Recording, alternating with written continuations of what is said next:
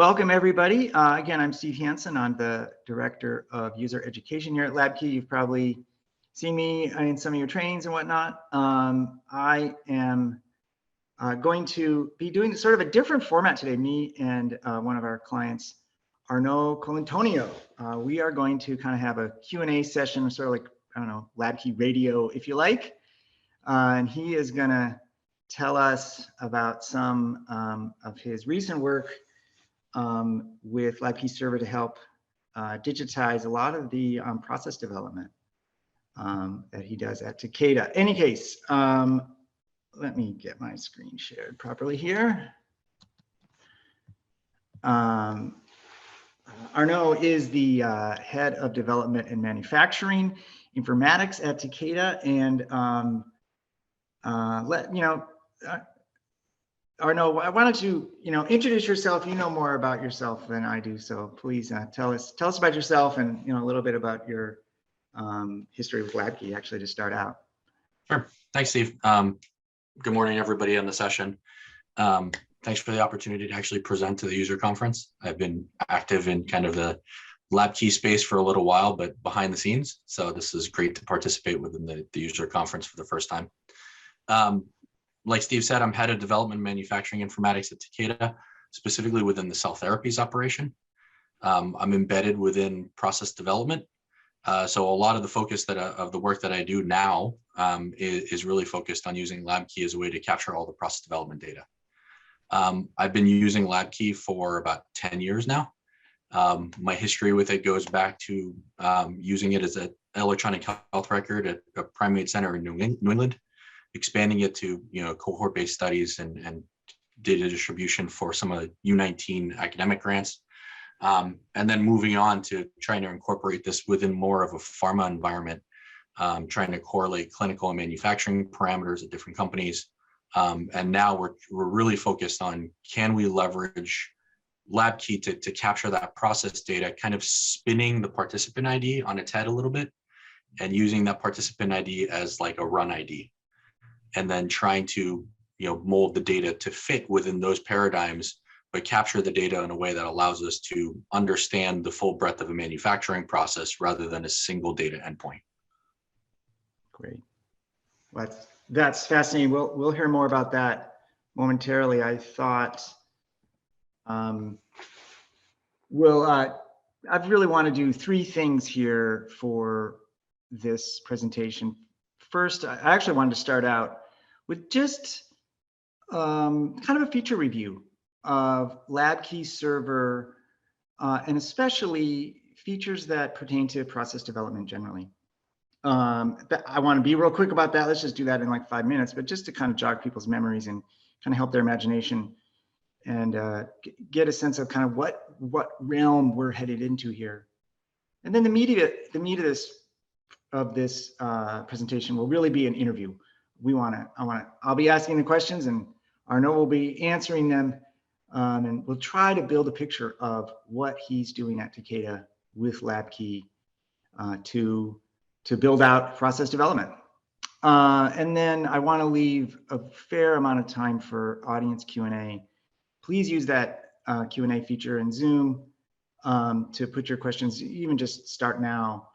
As they come, I'm sure that this will generate lots of questions.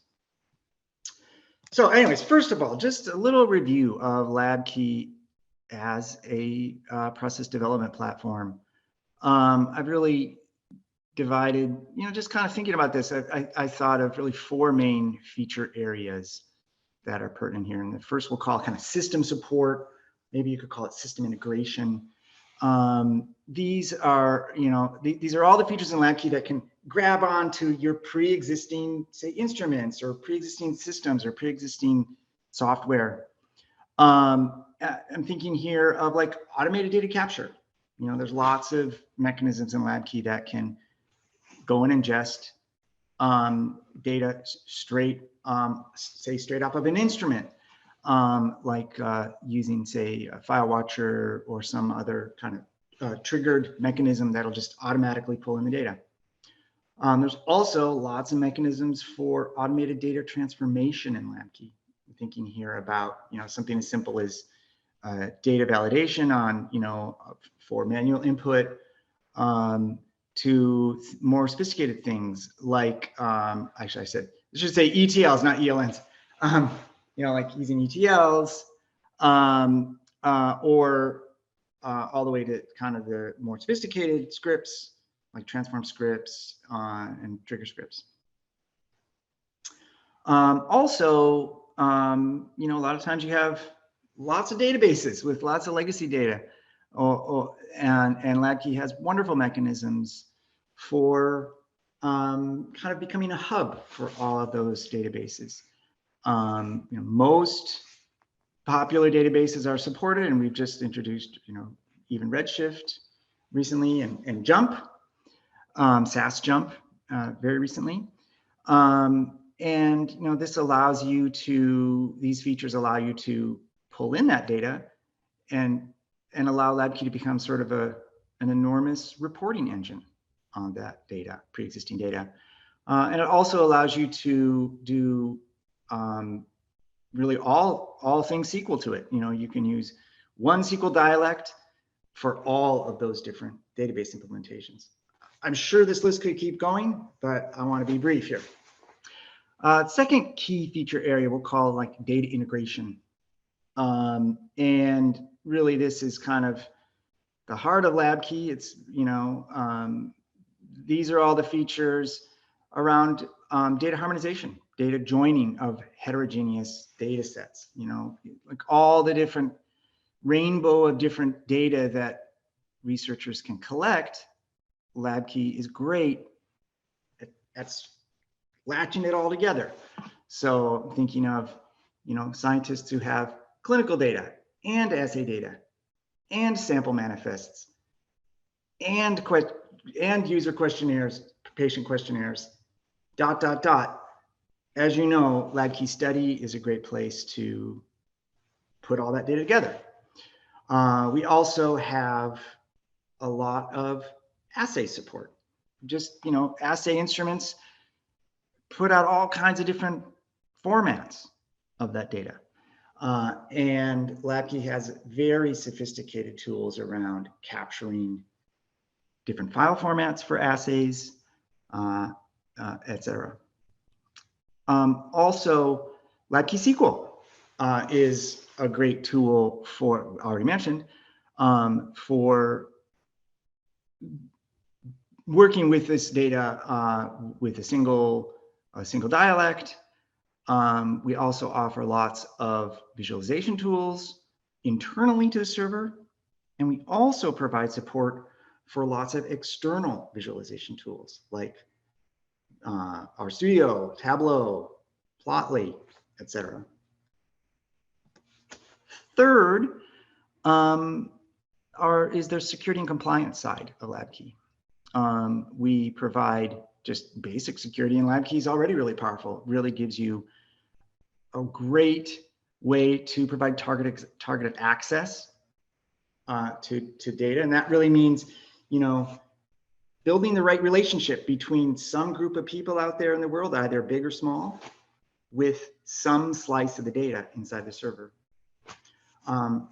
There's also all kinds of authentication options that we offer, like integration with existing LDAP systems, single sign-on, two-factor authentication, etc. And we also provide PHI data handling, special handling for your PHI columns and PHI data. We integrate that with our role-based security system. And we also have intensive logging around this kind of data with auditing in mind. And I could go on and on about these features, but again, let's keep moving. And finally, fourth, we'll call this kind of the customization side of LabKey. One of the hallmarks of LabKey is how flexible it is, how morphable it is. You can really, it's really a development platform. And so you can do things,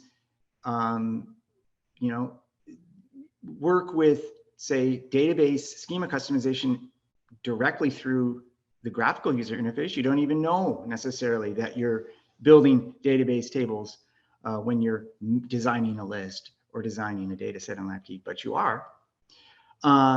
You can also, another thing that's available in LabKey is just GUI customization, from simple as adding web parts to a tab or a page in LabKey, all the way to something more complex as building your own UI inside of a module. Also, we offer a very extensive client API access, which you can use just simply to query the data and write reports on it. Or you can go all the way to really building your own external app based on the client API. A lot of clients have done this.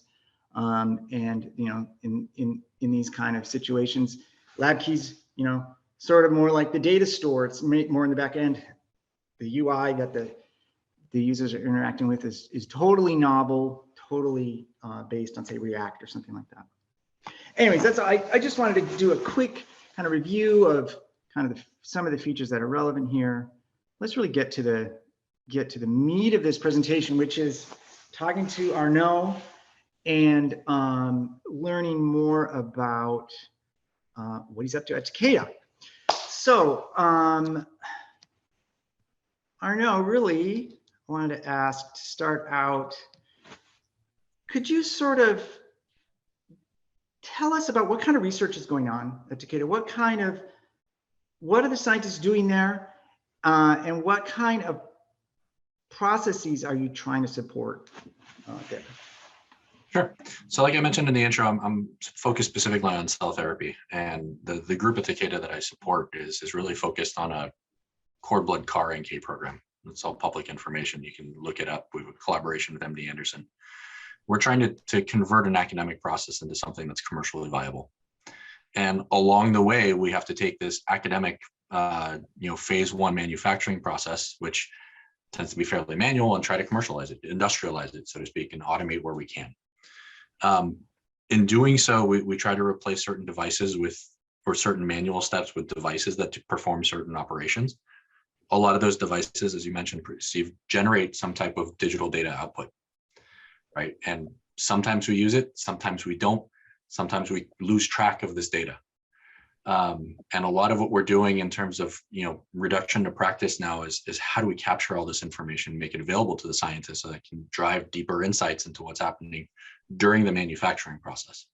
So we're less interested on, does the CAR-NK cell work, and more interested on, can we scale up the manufacturing to be clinically and commercially viable, and how do we convert something that's kind of bench to industrial grade. And that process development step is integral into making sure that we can actually deliver products to patients. Wonderful, thank you. And so another question I had was, what are the pain points that your scientists have felt that have, around process development? Like what kind of gap are you trying to fill here? What are the issues that you're trying to approach here? Yeah, I mean, I think we'd all like to think that we live in a world where all the data is already centralized, sitting in a database, available for people to use. I think if we all take a step back and try to figure out exactly how research is being conducted, it's still unique Excel files. It's still write-ups in an ELN that aren't contextualized in the same way. There's no standardization across groups. All these things present a massive challenge to be able to actually draw conclusions from what we're doing. So realistically, the first thing, we can take a step back, and before we get to that, the reason I tend to lean on LabKey as kind of the primary solution that I use just about anywhere I work is exactly kind of the core functionality that LabKey takes care of, and I don't have to think about. User logins, permissions, audit trails, all those things out of the box, ready to go. I don't have to develop them, which means I can focus on the data portion.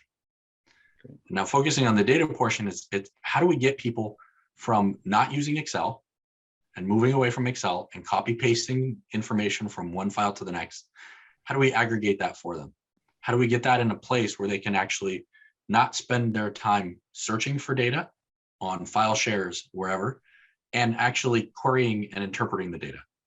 So the first thing we were attempting to do is, can we start harmonizing and centralizing all of digital data first, So data coming off of things like an NC200 or a process device, trying to centralize it, contextualize it, make it available for people to actually use within the context of everything else, right? So most of the time, some experiments, they're not really one-offs. They're meant to be compared to something else.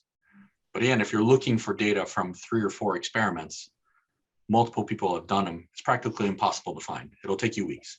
And I've seen this happen. Whereas if we can start harmonizing and aggregating right away, it's a query, it's a search, right? Show me the results from the last 3 experiments. Boom, data has appeared. So that's the core requirement, was really how do we digitize a lot of the workflows? And then from there, it's supplement the digital data with manual data pieces that we can't get digitally, right? Things like volumes from bioreactors. Yes, there's ways to measure them. We don't really have those. They typically need to be entered somewhere. So we supplement the digital data with manual data capture, form-based for the most part. And then we start building from there and contextualizing, reporting, and doing everything else that we're trying to achieve in terms of making really the lab-based SMEs, the subject matter experts' life more simple, where all they have to do is perform the experiment, and really the data capture and contextualization is handled for them. Great. And could you kind of give us a sense of kind of globally what you've built out, sort of like end to end? Like, I think you've already given us some hints, but just kind of help our imagination to sort of pull back a little bit. And yeah, so I try to do these things in phases, right? The first phase is really how do we ingest all the data that we need to get into, right? And where's this data coming from? What's the structure of the data? How do we make improvements to it? And I can go into that a little bit in a second. And the next part is really transforming that data, right? Associating it with certain unit operations, whatever the case may be. And then the last part really is the meat of it for subject matter experts, is really the data reporting section. We're currently in kind of a transition phase where we're moving from the first 2, data ingestion and transformation, more towards reporting. It's taken us a while to really get control over the data ingestion portion. The great part about LabKey is we can actually use it to scale out the solution that we actually need, right? So for example, we started with like a device like the NC200, which is a cell counter, right? So lab-based SME can pull a sample from whatever they're doing, put it on the NC200, it gives you a cell count readout. There's an automated file. We started by just taking a look at those files and just doing a manual data upload, right? Just making sure we have a consistent way of getting that data in. We then moved to more of like an R-based parser. So we wrote scripts in R, you can do it in Python, using the R LabKey library, Python API, whatever, to start really pulling in bulk data now. So instead of doing 1 file at a time, we could do 1 folder at a time and grab thousands of samples. Where we're moving to now is fully automating that process with something like a file watcher, where we know the device is going to write the files out to a network location, because that's the easiest. And then we're trying to set up the LabKey based file watcher, just monitor that folder and trigger the script every time a new file comes in, make it instantaneously available to the SMEs so that they can start their analysis right away. So that's the data ingestion side. The data transformation side, we have a couple of mechanisms that we're currently using. If we need it for quick visualization, LabKey SQL is great, right? Create a view, easy peasy, ready to go, do whatever we want with it. 90% of it is done that way. Other times we may need to physically transform the data and store it in a transformation table, whatever it may be. Again, we have R-based or Python-based mechanisms for doing that. So we have a couple of approaches. The LabKey SQL, we also make a decision whether or not the data needs to be broadly available. So we make it as an actual view, and then we can use that later. Or we'll use LabKey SQL on the application side, right? So the transformations are happening when we actually need to do the visualization on the JavaScript side, for example. And we'll use some of the LabKey API functions to send the SQL query and fetch the results. And then the data reporting, that's a lot of the out of the box customization things that we typically do on building dashboards and KPI metrics that report out exactly what the end user wants or what management wants, really. If they want to see, give me a timeline view of what's going on in the lab, because we've established the data within each experiment, we can generate those types of reports and filter that up. So we hit multiple tiers of end users. Yeah. Wow, so many questions. You mentioned NC200. I mean, that sounds like a relatively simple instrument. Is there other instruments you're working with? They are. So we work with both analytical devices, process devices, and the other data source would be external databases. Analytical devices like the NC200, NC202, Flex 2, which is a metabolite analyzer, all these different types of devices that give us a readout onto what's going on with the cells at a particular time. The other part that's a little bit more complex is really the process devices. So the devices that are actually doing things to the material. So cell wash device, concentration devices, bioreactors. That's more, it can be endpoint data, but sometimes that ends up being streaming data. So we're trying to figure out exactly how to use and leverage that data set and put it within the context of the process that we're building as well. Some of those are log files. So we want to track if was there a failure, right, in that processing step? How long did the processing step take? What were the parameters that the device were actually using at the time? We're still trying to understand exactly what we can do with that information. So we have a mix of analytical devices and process devices that we're integrating. Right. So analytical devices, I'm kind of thinking that's like devices that give you information. They give data. Process devices are devices that sort of are the experiment. They're doing the experiment. They're like kind of robots. The robots. Kind of, yep. Yeah. I get LabKey's good at the ingesting data. I get that part. Are you going to make LabKey control these robots ever, or is that not really? Interesting that you bring that up. We've actually had that as a concept at some point, as LabKey, almost like the wrapper for controlling the devices, right? So, for example, we were trying to automate flow cytometry end to end. So the idea being an operator could come with a plate of cells, drop it off on a robot, and after a while, their data gets analyzed.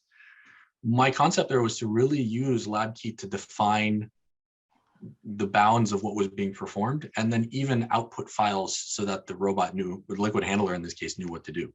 And then even the flow cytometer knew how to acquire the data. So I think with the customization and the API flexibility, I don't see why that wouldn't be feasible. It's just an interface between LabKey and some type of robotic system, or LabKey and some type of CSV file import on the device, where we could become the single kind of interface to actually automating a lot of processes. Yeah, that's fascinating. It's just sort of some, one question that kind of came up was like adoption. Have you had any pushback? Like how has that gone? This is sounds like a huge change. How are they taking it? Yeah, so the adoption portion is less on LabKey core functionality and more on how can you provide a user experience that they're comfortable with, right? A lot of the out-of-box functionality does give those options, but really it's how are you building the JavaScript application to make their life kind of make the context of the data they're generating make sense and make it easy for them to adopt. Right. So some of them the adoption goes hand in hand with changing business practices, which is not a technological solution. It's really social changes, things like standardizing sample ID naming or standardizing experiment naming or things like that are more business practices that you have to change in order to enable the digital side. So there's for sure some hiccups, making sure that we're capturing. I tend to live by the 80-20 rule. So if we can capture 80% of what the users are looking for, the other 20% we'll deal with later. Most of the time we hit that 80% mark. There is pushback, but really it's the transition zone that I mentioned earlier, where we're going from the transformation to the reporting. The reporting is going to be the side that really accelerates a lot of the work that people are doing. There's a little bit more of an upfront challenge with the data ingestion because we're asking them to capture more data. So there's pushback from I don't want to capture all this data, I may not use it. And we're saying, well, we might, so we would rather have it. So there's slight adoption there with forcing them to do a little bit more work. But if we can hit the reporting right, that's where the massive increase comes in, right? So they're not copy pasting, they're not generating Excel files, they're not creating their graphs for themselves for routine things. We can standardize, we can make that automated entirely. Yeah. And once you hit that, I don't know if you call it a killer app phase, but really once you hit that, adoption becomes a no-brainer. Yeah.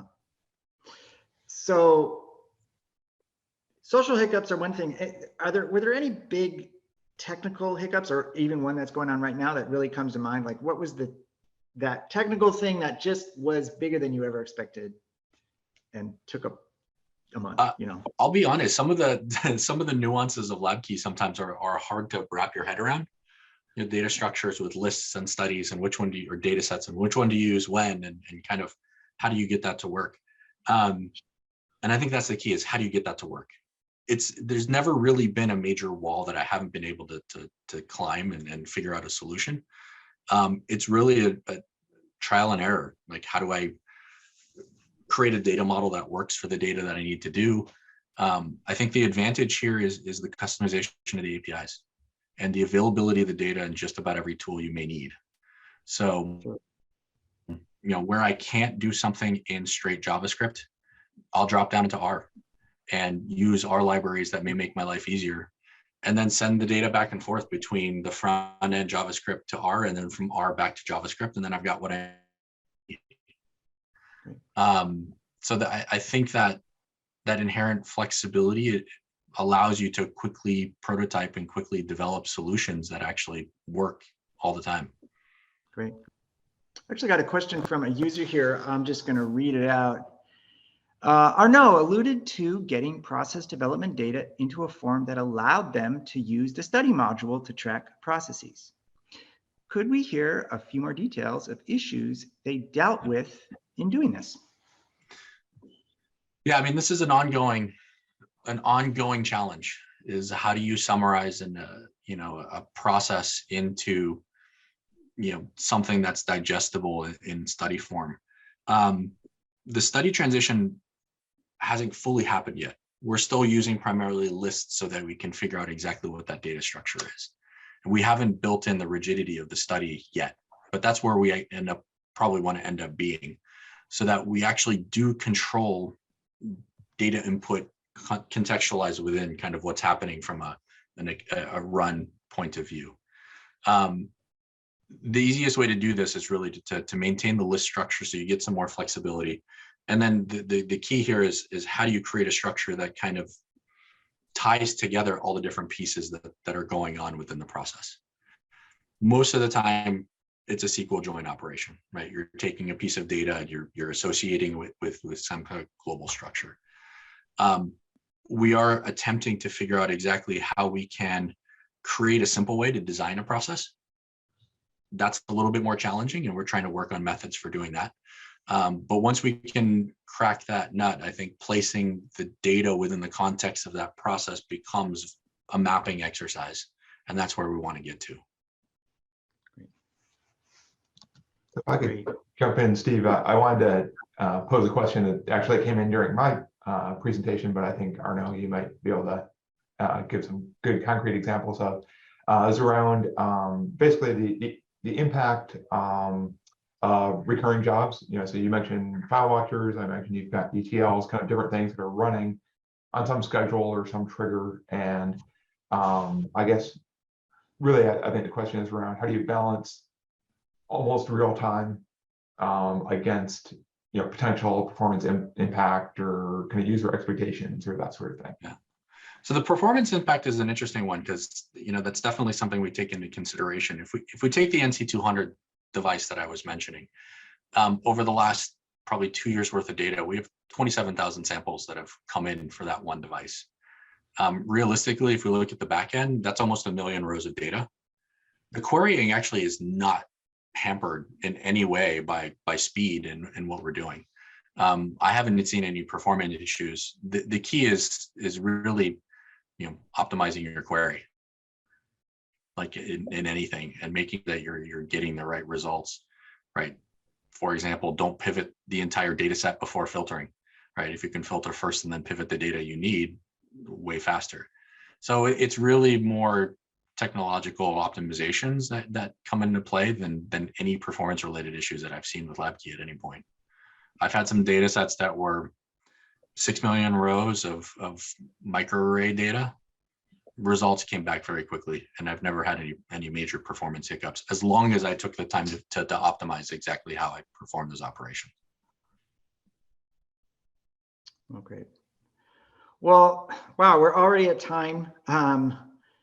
I just wanted to say thank you so much, Arnaud. That's fascinating. Could just go on for another half hour. And just again, thank you very much for showing up and telling us a bit about your work. Absolutely. Thank you for the opportunity to speak. Yeah.